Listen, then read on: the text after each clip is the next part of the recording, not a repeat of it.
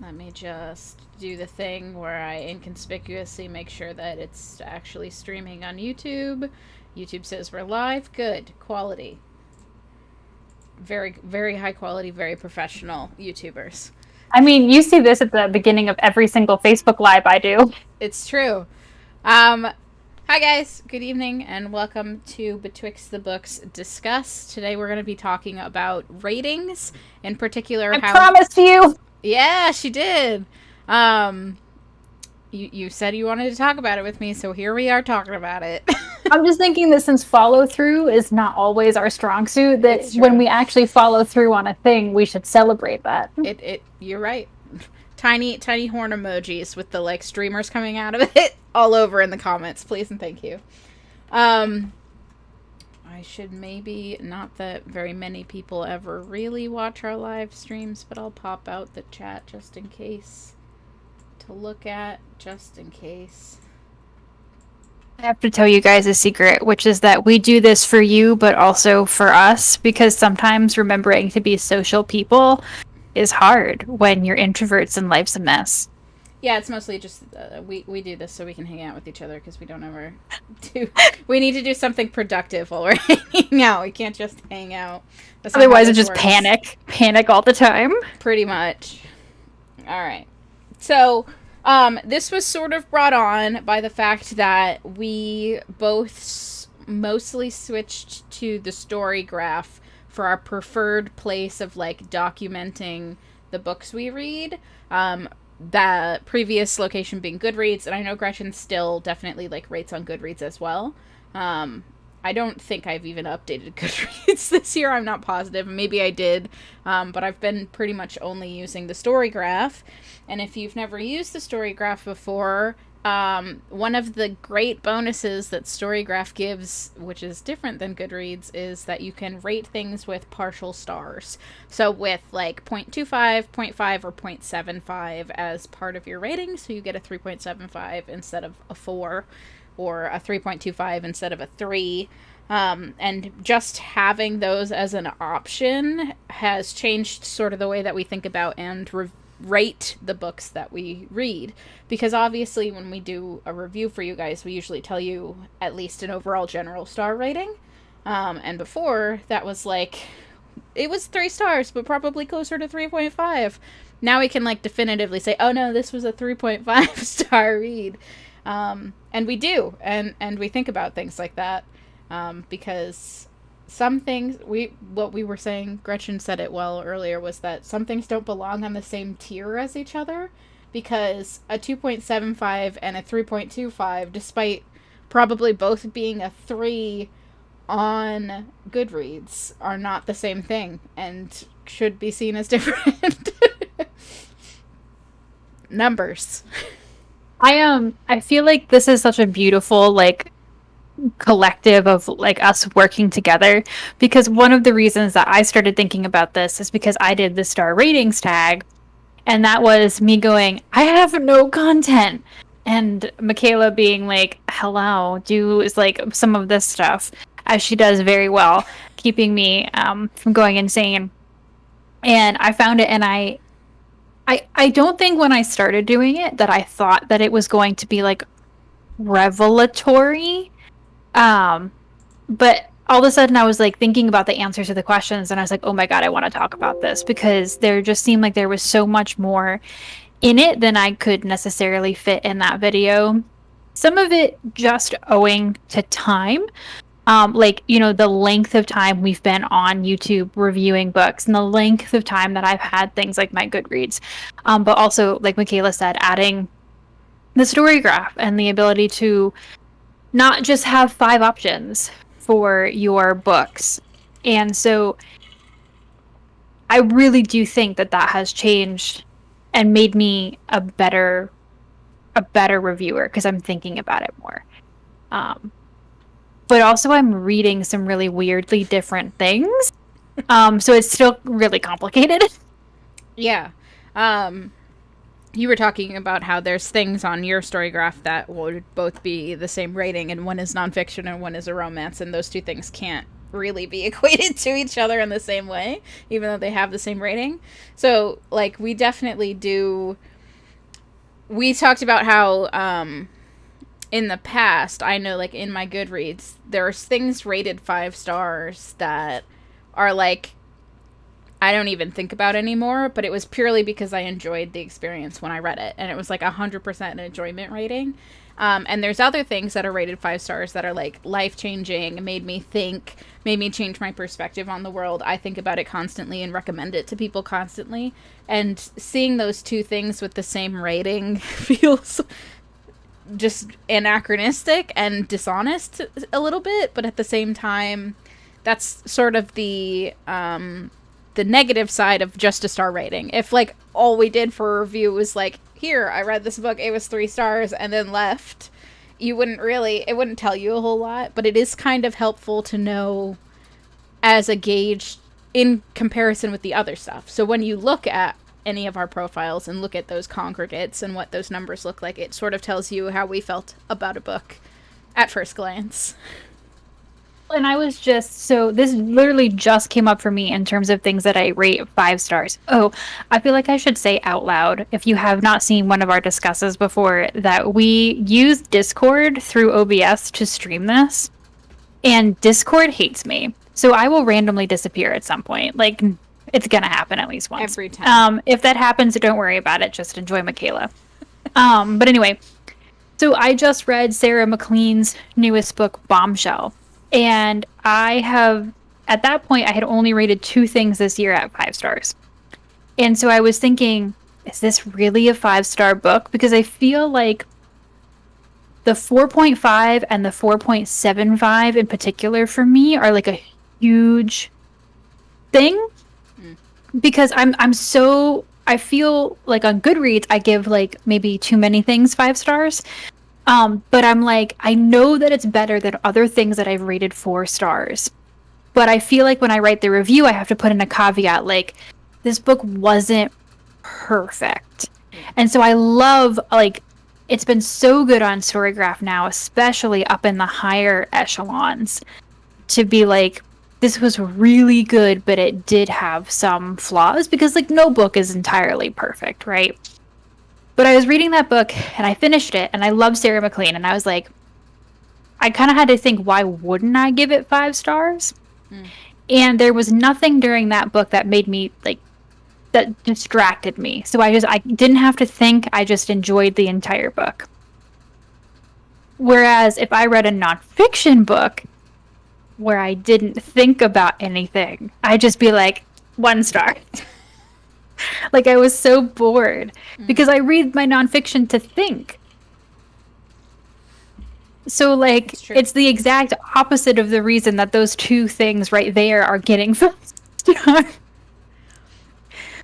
And that's like a genre thing, but it's also like what you're coming to those books for. Like, it has to do sort of with your expectation of, it is the genre, but also just like, if I'm reviewing a YA book, part of what I'm doing when I'm reviewing the YA book is how I feel like it is affecting or would affect young people. And if I feel like it's harmful to young people, that's going to lower the star rating, even if I personally enjoyed the story, because I'm thinking of it from the perspective of a bookseller or an educator who would be giving this book to a young person. So, like, there's things, depending on the genre, that definitely will affect our star ratings. But, like, if I'm just reading, I don't know, a sci-fi fantasy novel, which is just for me, and it's an adult book, and there isn't really, as long as there isn't something egregious about it, and I enjoyed it, same thing. It'll be 5 stars if I super enjoyed it. I feel, though, that I think we've both become way more discerning just by nature of growing up, too, because I definitely think that when I was rating when I was younger, like, the question was, like, what is the level of my enjoyment? And that was it, yeah. And that was it. And there are definitely books that, you know, I've revisited where I've gone, I'm sad that I enjoyed that because I've now, like, realized that there's something problematic in it. Yeah. And, I mean, you know, you grow up and you understand more about that, but I feel like I'm definitely also more keyed into, like, you know, okay, great, I'm enjoying the action here, but, like, something really problematic just happened. Or, like, the way that this character is being treated is bad. So I do feel like whether or not you're thinking about it as like a bookseller or an educator too, like I certainly feel more clued into trying to pay attention to being like, okay, am I enjoying it? But also, can other people enjoy this book? Or like, it's not just about, does it make me giggle? Yeah. You know? Which I don't think was part of my ratings at all when I started. I don't think well, I definitely wasn't thinking necessarily about the audience as part of my rating when I was a teenager when I first started reviewing stuff.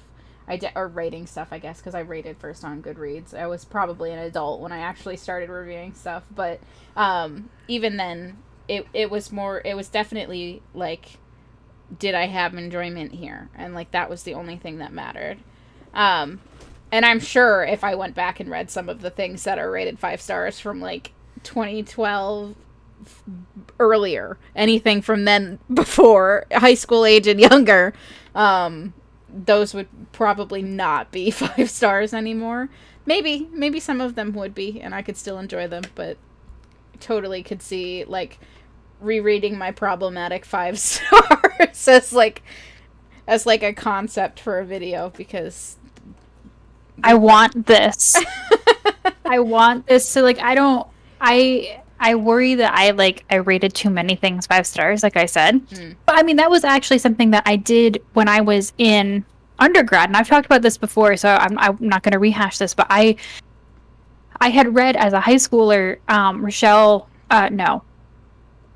Robin Lefever's Grave Mercy and given it 5 stars. And this was when I was writing reviews on my blog. And so that review still exists. I never took it down. But when I did my undergraduate thesis and I went back to that book, I like changed my rating to 1 star because I was like, oh no. Oh no, her fear of him is what's turning him on. Oh no. And like in my review, I brought out bits of my review like, this romance is so realistic and romantic, and I'm like, no. But that's why we also, like, especially with YA, I talk about things like that being problematic for a YA audience, because YA readers, like the actual age bracket who's supposed to be reading that, aren't going to be as discerning and know that that's the case. So especially if it's good writing and it's successful at making you sort of fall for that character, if it's harmful, like growing, that's not helpful. But that's exactly an example of why something would get rated lower now as an adult versus as a teen. But I also do think, going back to your comment though about like audience and type as well, I feel like when I was growing up, I was very focused on like particularly fantasy YA. Like that was like almost entirely what I was reading. And so, I mean, it kind of makes you like an expert in the genre, but it's also, I felt like my ratings got more nuanced once I started reading other things. Because you really have to start thinking about, okay, what is the point of this book and what is it trying to do successfully? Because like no one's going to look at like an 800-page nonfiction book and go, this is supposed to be action-packed. Like, that's not its point. So I do feel like, and maybe I like valued a YA book for being more action-packed after being like, oh god, that book was so slow. That nonfiction book I just read put me to bed. Yeah. So there is that too. I think that as I read more, it was just easier to be a better rater. Do you think that like being an English major and going to school for that has changed the way that you review and rate stuff too? Like if you hadn't done that, do you think that maybe that has affected us as well? Because I, in high school, was primarily reading, I read a lot of paranormal romance, which I hardly ever read now. There's a couple of authors from high school that I do still read, one of which hopefully I'll be reviewing for next week if I can get my shit together. But it, like, the stuff that I was reading was like popcorn stuff, whereas when I went to college I was reading a lot more literary fiction, and thinking a lot more about, like, wanting to read stuff that had more substance to it. Probably in part because I was reading such high quality literature that reading something like that felt like, oh, this isn't the best writing anymore. So I needed to, like, change that writing element a little bit to boost it, even if it was for home reading. And now it's like, I don't want to read classics ever again because I've read too many of those. Kind of feel like, and I'm not sure I want to articulate this because I don't want to be like rude to the incredible professors that, you know, I had at Ithaca, who, obviously, you know, there were some professors I didn't like, but I mean, the Ithaca College English department that I got to know had some incredibly stellar people in it who focus on some stuff that is just not my cup of tea. But I had this issue in a lot of those English classes of like, and I don't know if it's just like the undergrad thing where you feel like you need to be super pretentious and like people like, you know, what did you read over the summer? And people are like, well, I finally decided I wanted to read Moby Dick. And I'm like, I read Sarah J. Maas's Throne of Glass. But like, I just got so tired of people saying that the literature that I enjoyed reading had no literary merit. Yeah. So I think, like, for me, it was all about, well, these novels have great characters. These novels have great, not all of them, obviously, but it was just like, I felt like I had to like learn how to speak more intelligently about those books to like prove that I was reading something worthwhile. And I don't know if that made me a better like reviewer. It probably meant that my reviews had more words. I think it also did change the way that you wanted to talk about them, though, because when a kid is talking to another kid about the thing that they like, what they're saying is, I really enjoyed it, you should read it too, so that we can both be like happy about it, and usually also like we can pretend to be in the world and like do that sort of stuff. Whereas as an adult, when you are recommending something to somebody, you have to explain why it's worth their time, because our time is more of a commodity that we have, I guess. Yeah. So I think it did, and not to say that I think that romance or YA, which is things that I was reading in high school, don't have literary merit. I feel like I sounded a bit pretentious there, but I do think that like some of the things I was reading in high school and like we said, rating highly, were poorly written. Like just in general, there's definitely stuff in both of those genres that are well written and really high quality good stuff. But because I was less discerning as a reader, I was suddenly feeling like, oh, I need to switch genres because what I'm picking up isn't to my standard anymore. Like my standard of what I wanted as a reader changed. But I also feel like, I mean, too, there's like a certain level of like literature, like that stuff that's trying to be capital L literature, that can really often be like overwritten, first of all, but like it's clearly trying to impress you with its literary quality, and there are definitely people who value that, and like that's their top tier thing, and there's nothing wrong with that. But like I would rather have like a less well written book that made me feel feelings. Yeah.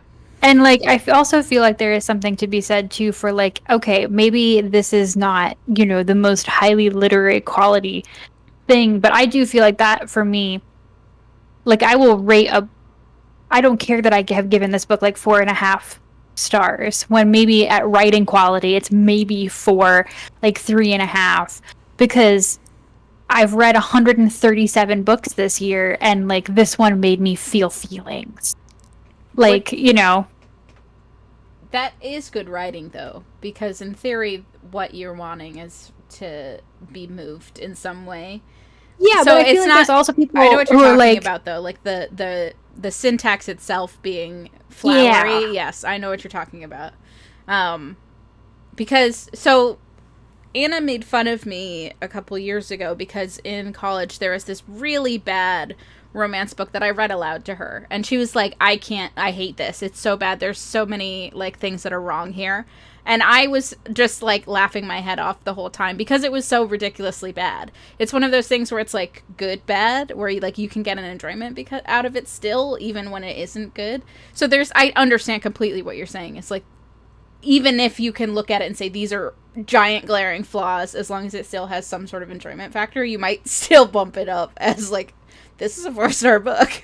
I honestly wish that there was something on Storygraph, because Storygraph, if you all have not used it, there's more than just the partial stars.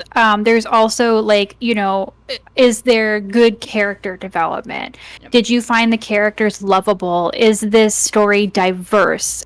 Is it plot or character driven? So there are other questions that it will ask you of the book, which it uses to help you find books in its search engine, which are really great, and also like go onto the book's page. And so that's another amazing thing about Storygraph that we really haven't touched on.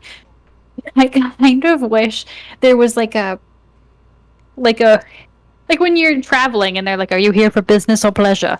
Yep. Like, why is there not a button that's like, I read this to think, or I read this to like enjoy, you know what I mean? So I could like split my books up a little bit, just because like to be like thought-provoking and fun. Yeah. This one's just fun. This one's just fun. Like the literary quality is like but like you'll laugh hysterically. Yeah. And I feel like that's honestly sometimes how I'm searching for books too. Yeah. I'm like, I don't want high literary quality. My brain cannot function on that right now. But I want something that's not poorly written and will make me laugh.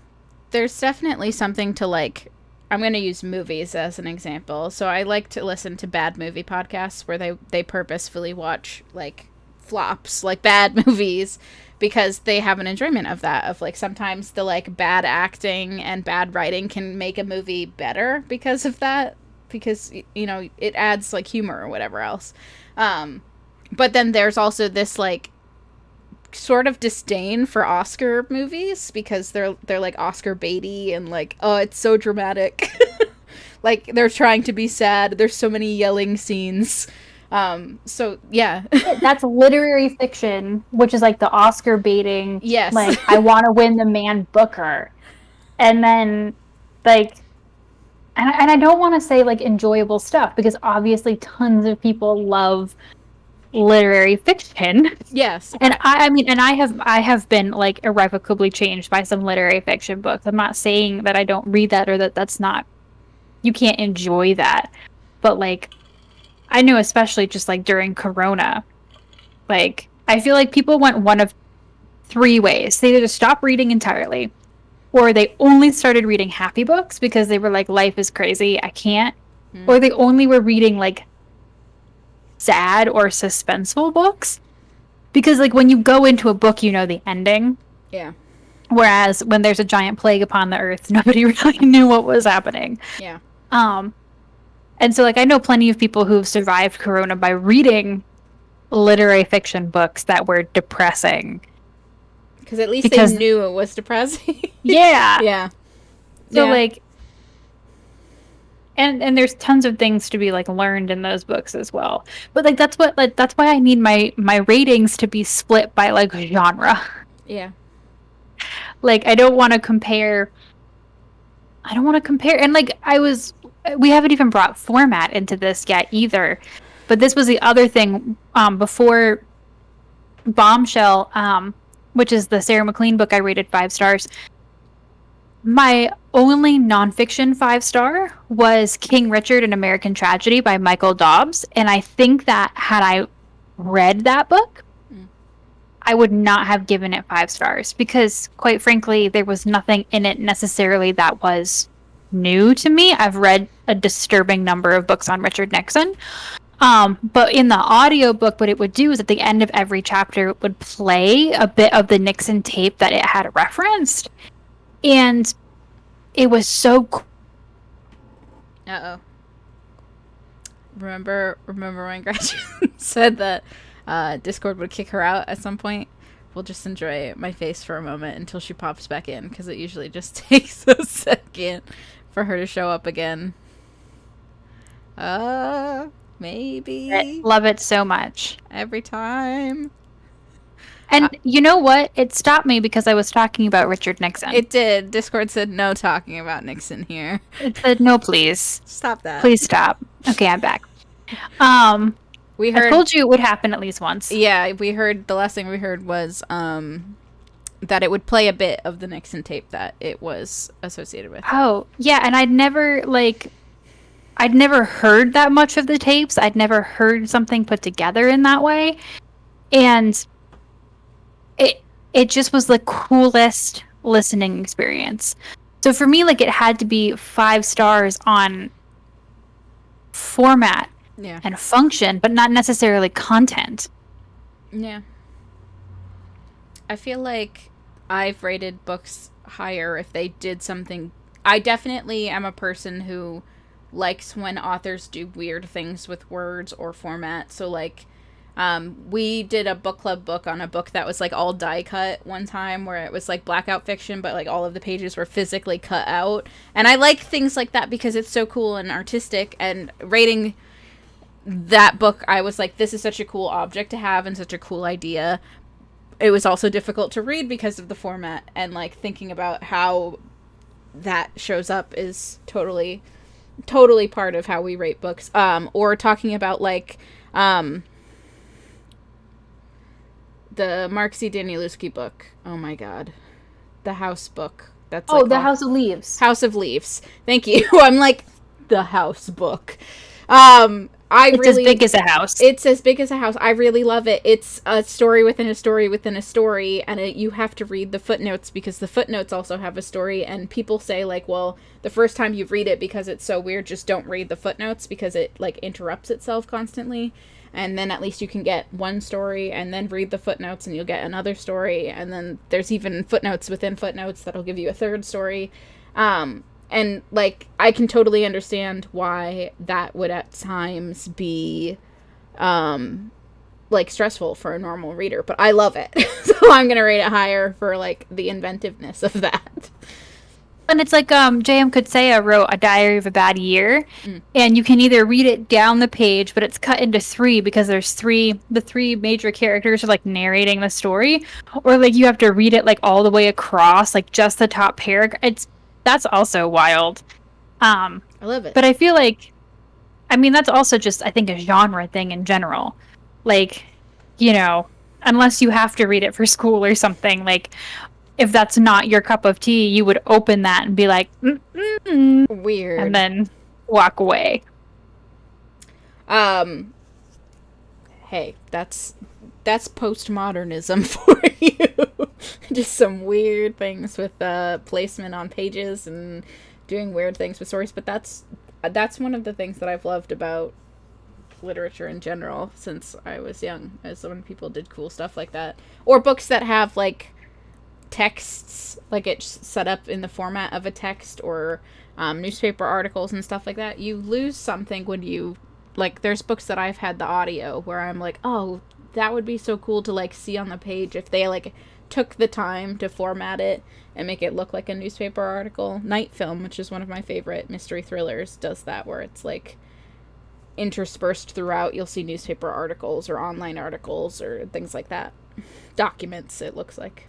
Well, the Illumini trilogy Same also. thing. Yeah. Like, I think I actually said in my review of that had that been, like, a regularly written book, like, I was aware enough to know that plot would not have gotten it 5 stars, but just because of the way, again, that book is put together just so visually. Yeah. And to the reverse of that, like, I just read Evil Geniuses by Kurt Anderson, which is a nonfiction book, and I'm pretty sure it's this one. But there's at one point in the audiobook where he says, well, I made a chart, but you can't see it because this is an audiobook. And he, like, gives you a link where you can go to, like, see it for free in case you don't have it. But it's like, I mean, he's reading me a URL in an audiobook, and I'm like, I'm doing dishes, my man. And then he's trying to like talk about these things like based on the chart. And I'm like, I'm lost. I got nothing here. Yeah. And then there's like math too. And I was just like, I'm out. I'll catch you in the next chapter. Isaac said the other day he had to stop listening to an audiobook. He was enjoying the story, but he could not with the narrator's voice. Like, it was grating on him, and he just could not listen to it. And I totally, like, get that, too, that, like, there's some books that I may have rated lower because of the narrator's performance of it. Well, and I literally just had this discussion where I just finished a book, and I was, like, rage texting you. Like, I think, like, I can't separate my thoughts of this book from the fact that the narrator kept mispronouncing, like, vocabulary words. Yep. And I was like, I'm trying to, like think about it on, like, a content level, and did I learn something? Because it was a nonfiction book. And I was like, it was like she took, like, the SATs and was taking joy out of butchering these words. And I mean, maybe out of the course of, like, this, like, 18-hour audiobook, she mispronounced 12 words, but it was frequent enough that I was just like, and how do you, like, that's not a problem I would have had with the written book. No. Unless my brain went, geography. Like, and that's just me being dumb. I very rarely, when I'm just reading on my own, pay attention to, like, grammar mistakes or like spelling mistakes unless it's something that, like, is egregious enough that it affects your comprehension, because there's definitely times where, like, there's been a typo or something and I'm like, wait, what? And, like, I have to figure out what it says. But very rarely, if there's, like, a comma misplaced or, like, some sort of weird grammatical error or even the word is spelled wrong, I don't notice that stuff while I'm reading very often at all. And I know there's people whose enjoyment of books are taken out of them because they're like, there's too many hyphens. there's too many hyphens in this book. I hate it. Well, I don't know if you have this issue, but when we get arcs from Edelweiss and I read them on my phone, sometimes the formatting is literally the worst thing on the face of the planet. I just had this when I reviewed I Kissed a Girl by Jeanette Alexander, and I'm like, holding it in, like, this is not Jeanette Alexander's fault. She did not format this arc. And it was, like, really hard to read. This one, I had to, I bought the audiobook after the book came out, even though I had the arc of it, because it was an arc that was like a scanned PDF, so I could not zoom in, and I could not physically read the thing on my phone. So I was like, well, I guess I need to get the audiobook and listen to it, which I did. And then I enjoyed it enough to also get the physical, like, copy of it. But it was, like, I couldn't make the text larger. So it was like, here's my phone screen. That's a page of the book. And I'm like... Just, like, I mean, I know that arcs, we get them for free. But also, like, my man, you gave this to me for review. I can't read it. And now I'm, like, fighting your formatting, trying to read this book. And, like, not punish the author in my review. Being like, I'm sorry, man, this is not your fault, but I hate it. Obviously, we don't try to put those things into our star ratings. Sometimes you can't help it because it sort of gets wrapped up into that enjoyment factor. But some, like... Like, I never know if I'm doing it subconsciously, though. Exactly. Like, there are some times when I'm, like, with, like, things that are very egregious. Like, the formatting I know is not their fault. Or, like, actively talking about all those mispronounced words. But, like, I also can't separate that from the entire reading experience. Yep. So, like, while I'm trying to be conscious about it, but, like, it might end up in there anyway because I can't, the reading experience is the reading experience. Yeah. Like, it just is what it is.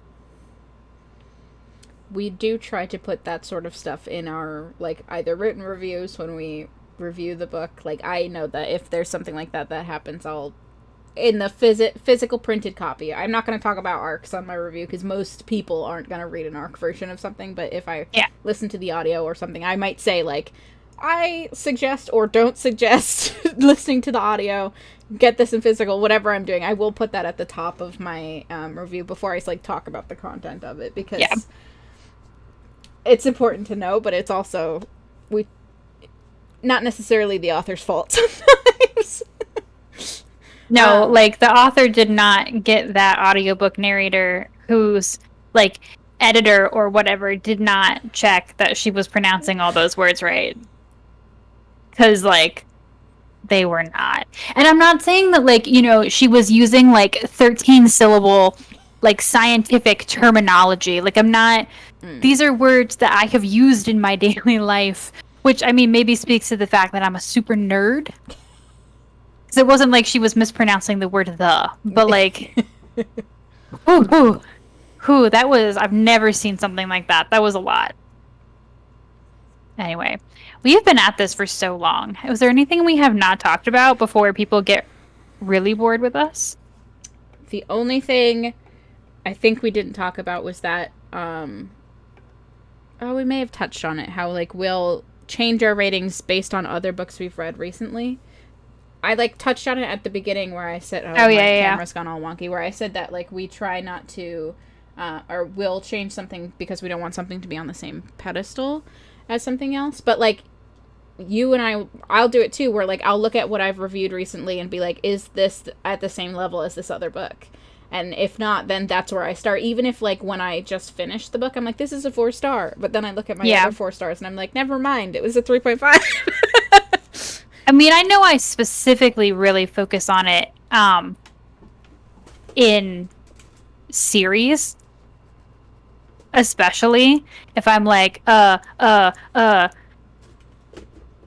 I'm gonna be honest with you. I also have the YouTube stream up, and I don't see your video wonky in the YouTube stream. Oh, is it just in Discord that it's like blurry? It might be. I wouldn't panic. Okay, I'm just gonna ignore it. A viewer later on might tell me that I'm wrong because I have the really, really tiny version of this up. That's true. But it's okay. Anyway. But yeah, I'll be like, oh no. This can't be with this book. It's gotta go. But I feel like I only do that on Storygraph. I don't do that like on Goodreads because I'm like, nah. It's definitely not a 4-star. And it's definitely not a 2-star, so I guess 3 it is, even though like a whole bunch of things that are not the same 3-star book are now here. Yeah. So I feel like, again, Storygraph is a much truer representation of how I feel about books at this point. I guess, yeah, I would agree with that. The only other thing I would say is that we never really said, for you and for me, 5 stars is brilliant, 4 stars is great, 3 stars is okay, 2 stars is not good, 1 star is bad. And like people talk about how like 3 stars is a bad review, and I'm like, no, it's not. That's like most books. Most books are 3 stars. Yeah, so I've read 137 books this year so far, and my average rating is 3.51. According to Storygraph, all time, and it imports your Goodreads data so you don't lose it. From all time in memoriam since I started reading on Goodreads and Storygraph, my average rating has been 3.49. So I mean that's like average is 3.5 stars for me, which is, I think, because like I read a lot of books where I'm like, that was a good book. Yeah. It did not waste my time, but it was not like life-changing, or it didn't make me giggle, or it didn't like, you know, it was just fine. I enjoyed it, and now I'm done. All right. 3 stars. And then for me, I did not import all of my Goodreads ratings, so just keep that in mind. My overall rating, in here, which is probably 2 years, maybe a little bit more if I've input like random wonky ones from previously, is 3.97 stars, so I tend to rate things a little bit higher, but I read a lot less than Gretchen does, and I also am a little bit more discerning on what I pick up. I tend not to pick something up if I'm not going to like it. So far this year, I've rated 16 things, and I'm at 3.92, so again, I am a little bit under 4 stars as my main rating, but there are things that I have read so far this year that I have not added in there. because I was judging the booktube price and I couldn't put my ratings for those nonfiction books in. So there's some things that I think will lower that a little bit, or change it a little bit. But yeah, I tend to rate things higher, but I'm reading fewer things that I think I would like more, if that makes sense. Yes, and I have problems with insomnia.